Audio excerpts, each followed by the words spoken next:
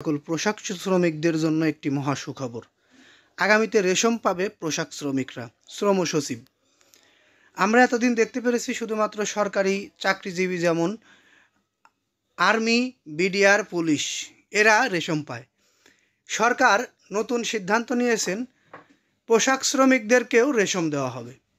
এটি কিন্তু পোশাক শ্রমিকদের জন্য একটি বড় সুখবর। ধৈর্য সহকারে পুরো নিউজটি শুনলে বিস্তারিত বুঝতে পারবেন আসলে আপনারা কিভাবে রেশমটি পাবেন আর কবে নাগাদ পাওয়া শুরু করবেন।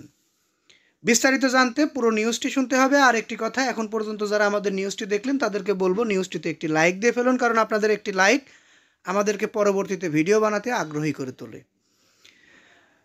শ্রম ও কর্মসংস্থান মন্ত্রণালয় সচিব AHM শফিকুজ্জামান জানিয়েছেন, পোশাক কারখানার মালিক পক্ষের সঙ্গে কথা বলে শ্রমিকদের রেশম দেওয়ার ব্যবস্থার ব্যাপারে চিন্তাভাবনা করা হচ্ছে।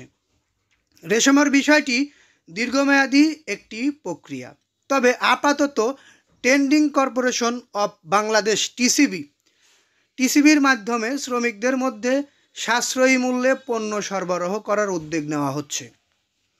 অর্থাৎ আপনাদেরকে রেশম দেওয়া হবে, কিন্তু এটি নিয়ে একটু সময় লাগবে, পুরো প্রক্রিয়া করতে একটু সময় লাগবে বিধায় আপাতত আপনাদেরকে টিসিবি থেকে সাশ্রয়ী মূল্যে পণ্য সরবরাহ দেবে সরকার।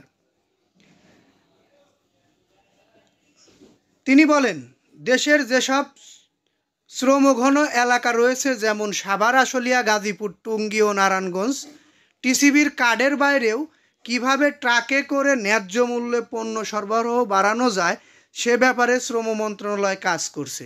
এরই মধ্যে এ ব্যাপারে আমরা বাণিজ্যিক মন্ত্রণালয়ের সঙ্গে কথা বলেছি।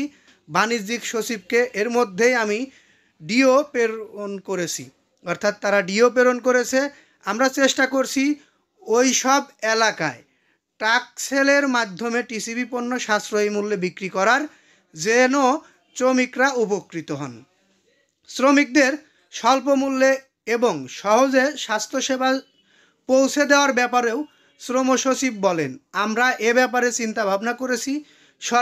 সরকারি হাসপাতালে এমনিতেই চিকিৎসার খরচ কম, তবে শ্রমঘন এলাকাগুলোতে সরকারি হাসপাতালগুলোতে আলাদা ডেস্ক করা যেতে পারে। অপরদিকে ওইসব এলাকায় যেসব বেসরকারি হাসপাতাল কিংবা ক্লিনিক রয়েছে তাদের সঙ্গে সমঝোতায় করে MOU মাধ্যমে শ্রমিকদের স্বল্প খরচে চিকিৎসার সুবিধা ব্যবস্থা করা হবে।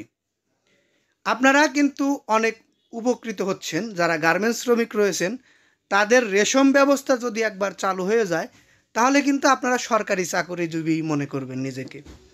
যাই হোক, এতক্ষণ পর্যন্ত যারা নিউজটি দেখলেন তাদেরকে বলবো চ্যানেলটি সাবস্ক্রাইব করে বেল বাটন অন করে রাখুন, পরবর্তী নিউজটি পেতে সুবিধা হবে। আমরা কিন্তু আপনাদের জন্য গুরুত্বপূর্ণ আপডেট নিউজ সবার আগে পৌঁছে দিই। এই বলে এখান থেকে বিদায় নিচ্ছি। আসসালামু আলাইকুম।